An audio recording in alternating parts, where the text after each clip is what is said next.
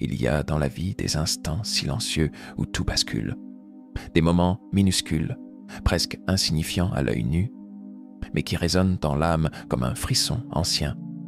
L'amour, le véritable, celui qui ne se raconte pas dans les films ni dans les chansons légères, se manifeste rarement par de grands gestes. Il s'insinue dans les interstices de l'existence, dans une phrase que personne n'entend, dans un regard qui dure une seconde de trop. Et l'homme qui aime vraiment, ce n'est pas celui qui promet des montagnes, mais celui qui, un soir, dans le silence du quotidien, laisse échapper une parole qu'il n'avait jamais dite à personne. Je me souviens de cette histoire qu'un vieux libraire m'avait racontée. Il parlait d'un homme, autrefois jeune et audacieux, qui avait aimé une femme plus que lui-même. Pas d'un amour possessif ni étouffant, mais d'un amour qui le réinventait chaque jour. Il n'était ni riche ni célèbre, mais dans leur dialogue nocturne, il déposait des fragments de son âme qu'il n'avait jamais offerts à d'autres. Un soir, alors qu'elle doutait d'elle-même, après une journée lourde et banale, il s'était approché et lui avait murmuré « Je suis fier de toi ». 3 mots ordinaires pour le monde, mais qui, pour elle, avaient ouvert une brèche dans l'invisible. C'est ça, l'amour véritable. Il ne crie pas. Il s'insinue dans des détails que personne ne remarque. Quand un homme, d'ordinaire maître de ses émotions, finit par prononcer ces phrases qui dévoilent son armure fissurée, c'est le signe qu'il a dépassé la simple attirance ou le jeu de séduction. C'est qu'il s'abandonne, même s'il n'en a pas conscience. On pourrait croire que tous les hommes disent ces choses-là, que ce sont des banalités offertes à chaque histoire passagère. Mais non, car la différence n'est pas dans les mots, mais dans la manière dont ils sont dits, et surtout dans le contexte où ils apparaissent. Il y a une nuance dans la voix, une vibration presque sacrée, quand ces phrases viennent du cœur et non du réflexe. Je me sens chanceux de t'avoir dans ma vie. Cette phrase-là, un homme peut la dire à une femme par habitude ou flatterie. Mais quand elle surgit sans raison, au détour d'un matin où rien ne l'exige, c'est qu'elle traduit un attachement qui dépasse la raison. C'est le signe qu'il s'est surpris lui-même à penser à elle dans les replis de sa journée, qu'elle a colonisé des espaces de son esprit qu'il croyait inviolables. L'amour pousse à des aveux étranges. L'homme qui croit tout contrôler se rend soudain compte qu'il est vulnérable. Et cette fragilité n'est pas une faiblesse. Elle est la preuve que cet amour n'est pas une stratégie, ni un passage, mais un ancrage profond. On dit souvent que les hommes ne savent pas exprimer ce qu'ils ressentent. C'est faux, ils savent. Mais ils choisissent à qui le dire. Et quand ils le font, c'est que la personne en face est devenue ce refuge intérieur qu'ils n'avaient jamais osé rêver. Je pense à cet homme dans un café un soir d'hiver. Il parlait peu, mais lorsqu'il a regardé la femme en face de lui et qu'il a lâché un simple « Tu me rends meilleur », il venait de tout lui confier. Sans même s'en rendre compte, il lui disait qu'elle avait modifié sa trajectoire, qu'elle avait éveillé en lui une version qu'il ignorait exister. Ces mots-là ne sont pas des compliments, ils sont des confessions. C'est cela qu'il faut comprendre. Derrière chaque phrase anodine se cache parfois une déclaration infinie. Un homme amoureux ne construit pas son amour dans les grandes déclarations publiques. Il le sème dans les marges, dans ces paroles qu'il prononce une seule fois et qui résonnent toute une vie.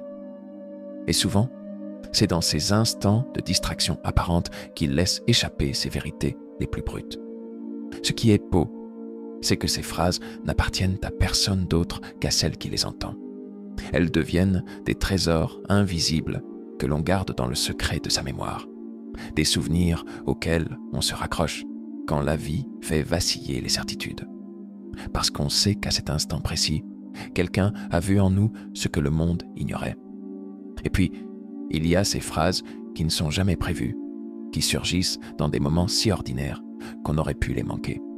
Ce sont celles qu'un homme prononce quand il ne se méfie plus de ses propres émotions, quand l'armure tombe sans qu'il s'en aperçoive, et que son âme, nue, parle à travers lui.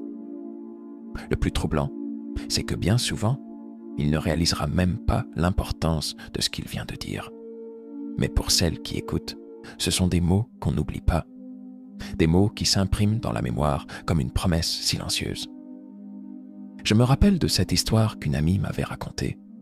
Elle aimait cet homme discret, peu bavard, du genre à garder ses émotions soigneusement enfermées derrière un regard impassible. Ils étaient ensemble depuis plusieurs mois et elle doutait parfois de ses sentiments. Un soir, alors qu'ils marchaient dans une rue presque déserte, elle s'était arrêtée devant une vitrine où l'on voyait un couple âgé, main dans la main, leur reflet se mêlant à celui des passants. Sans la regarder, il avait simplement murmuré « J'aimerais qu'on vieillisse ensemble ». Rien de théâtral, aucune mise en scène. Une phrase simple, prononcée à demi-voix, qui avait tout bouleversé. Ce n'était plus une histoire légère. C'était devenu quelque chose d'autre. C'est souvent ainsi que l'amour profond se trahit. Non pas par les actes grandioses qu'on croit obligatoires, mais par des éclats de vérité, glissés dans la routine. Quand un homme dit à une femme qu'il pense à elle sans raison, qu'elle lui traverse l'esprit au milieu de n'importe quelle situation, ce n'est pas qu'une jolie formule. C'est un aveu qu'elle a pris une place qu'il ne contrôle plus, que son image surgit dans les interstices de son quotidien, qu'elle est devenue un refuge intérieur qu'il consulte sans même s'en rendre compte. Beaucoup pensent que l'amour se mesure aux actions visibles, aux cadeaux, aux invitations, aux gestes spectaculaires. Mais les plus grandes déclarations sont souvent les plus silencieuses. Le « prends soin de toi », lancé au moment où elle s'y attend le moins. Le « je n'arrive pas à m'endormir sans t'entendre », soufflé au téléphone dans le noir. Le « je veux que tu sois là demain et après-demain », murmuré sans qu'il sache vraiment pourquoi il en ressent soudain le besoin. Ces mots-là, un homme ne les distribue pas. Il ne les offre qu'à celle qui l'a déstabilisé sans le vouloir. Celle qui a vu, à travers ses silences, qui a su comprendre ce qu'il ne disait pas et qu'il croyait bien dissimulé. Parce qu'il faut du courage pour un homme d'avouer qu'une femme est devenue essentielle. Ce n'est pas qu'une question d'orgueil. C'est une peur ancienne, celle de perdre ce qu'on aime avant même de l'avoir pleinement. Et il y a cette phrase, la plus rare peut-être, « tu me rends meilleur ». Celle-là, elle n'a rien d'anodin. C'est une confession qu'un homme prononce quand il réalise qu'à ses côtés, il devient un autre. Que cette femme lui donne envie de grandir, de dépasser ses failles, de revoir ses certitudes. Pas pour elle, mais parce qu'elle lui révèle ce qu'il pourrait être. C'est une déclaration qui dépasse le simple amour. C'est une gratitude existentielle, celle qu'on éprouve envers ceux qui bouleversent nos fondations. Ce genre de phrases ne se prémédite pas.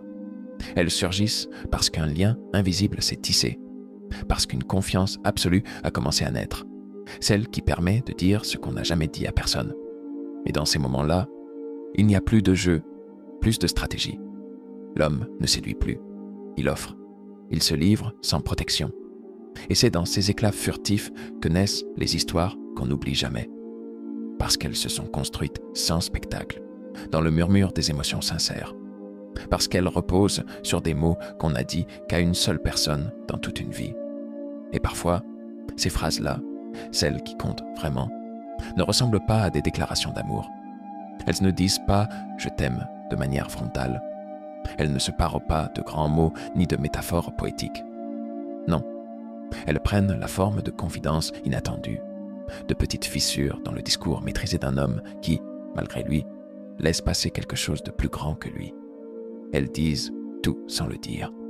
J'ai croisé un homme une fois, dans un train de nuit, qui parlait de la femme qu'il avait aimée toute sa vie. Il ne l'appelait jamais « mon amour » ni à ma femme. Il disait simplement son prénom. Mais chaque fois qu'il le prononçait, sa voix changeait. Elle ralentissait, s'adoucissait, comme s'il effleurait un souvenir fragile qu'il craignait d'abîmer. Et à un moment, il a dit cette phrase. C'est la seule personne devant qui je pouvais être moi sans honte. Il n'avait pas besoin d'en dire plus, car au fond, c'est cela qu'un homme confesse rarement. Le vrai amour n'est pas celui où l'on veut paraître parfait, mais celui où l'on ose être imparfait.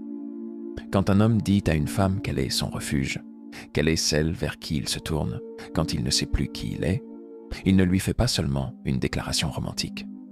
Il lui remet entre les mains une part de lui-même qu'il n'a confiées à personne. Il lui avoue qu'il existe des tempêtes qu'il n'a su traverser qu'en pensant à elle, des moments où son image était la seule lumière dans le noir. Ce n'est pas une parole légère, ni une flatterie habile. C'est un éclat brut, un fragment de vérité nue. Ce qu'il faut comprendre, c'est qu'un homme qui aime vraiment devient maladroit avec ses sentiments. Pas parce qu'il est faible ou distant, mais parce qu'il n'a pas appris à les dire. La société lui a enseigné à être fort, à ne pas se livrer, à ne pas laisser entrevoir les failles. Alors, quand il parle, c'est souvent en détour, en demi-mots. Mais ces demi-mots pèsent plus que des déclarations écrites en lettres majuscules. Je connais cette autre histoire, celle d'un homme et d'une femme qui, après des années de distance, s'étaient retrouvés autour d'un café. Ils avaient tout vécu, les séparations, les regrets, les malentendus. Et au lieu de revenir sur le passé, il avait juste dit « J'ai toujours su que c'était toi ». Pas d'explication, pas de justification. Juste ça. Une phrase qui contenait toutes les années perdues, tous les silences, tous les souvenirs. Une phrase qui disait qu'il n'avait jamais cessé d'aimer, même lorsqu'il avait fait semblant de l'oublier. C'est cette vérité-là qui rend ces phrases précieuses.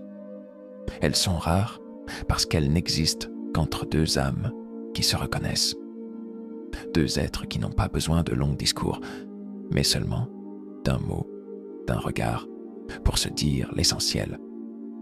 Et il y a dans ces moments-là une forme de sacré, un sentiment que, pendant une seconde, le monde entier s'arrête, que le temps se suspend.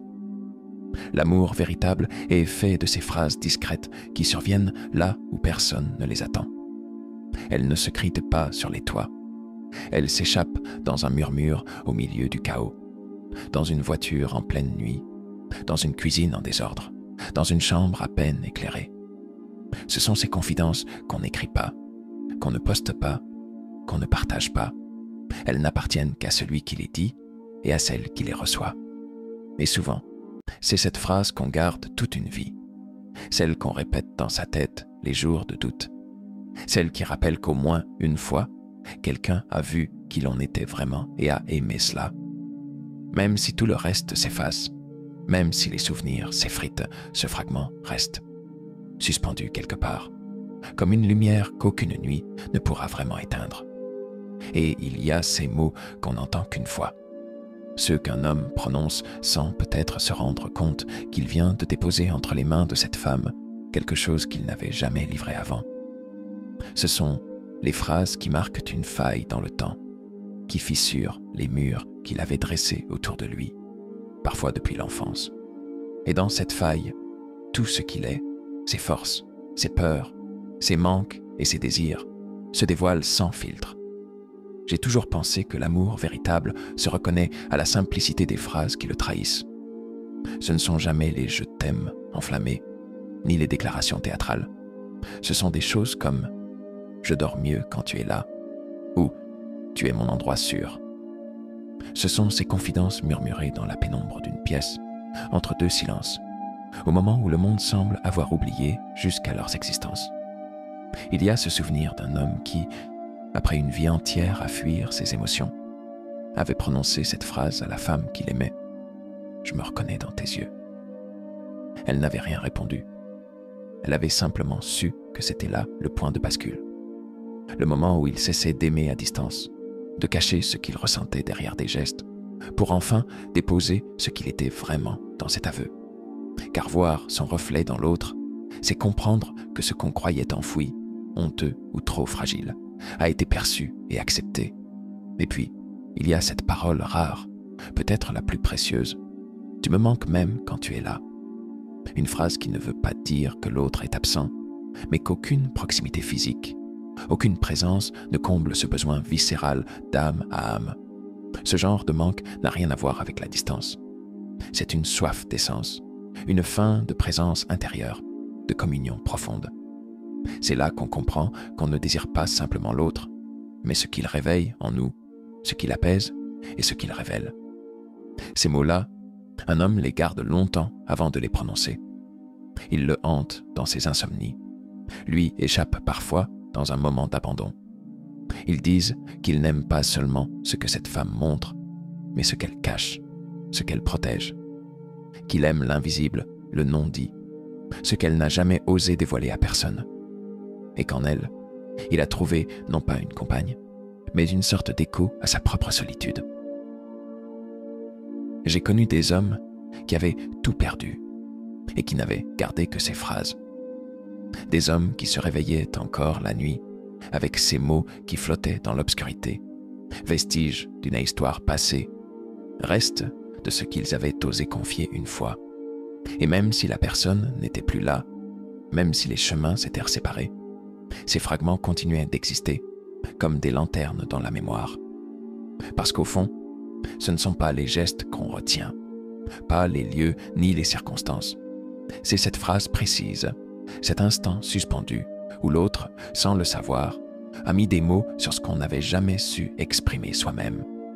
Ce sont ces confidences improbables qui restent gravées. C'est « je me sens en paix quand tu es là » ou « tu es ce que je cherchais sans le savoir » qui font que même des années après, on repense à ce moment avec ce pincement au cœur, parce qu'à cet instant précis, on avait été vu, entièrement, sans masque. Et ce sont ces mots-là qui survivent à tout. Au temps, aux regrets, aux erreurs, aux séparations. Ils deviennent des légendes personnelles, des souvenirs qu'on ne raconte qu'à soi-même, les soirs où le silence devient trop lourd. Des phrases qu'un homme ne prononce qu'à celle qui, un jour, aura su traverser ses défenses et toucher cet endroit secret où il cache ce qu'il est vraiment.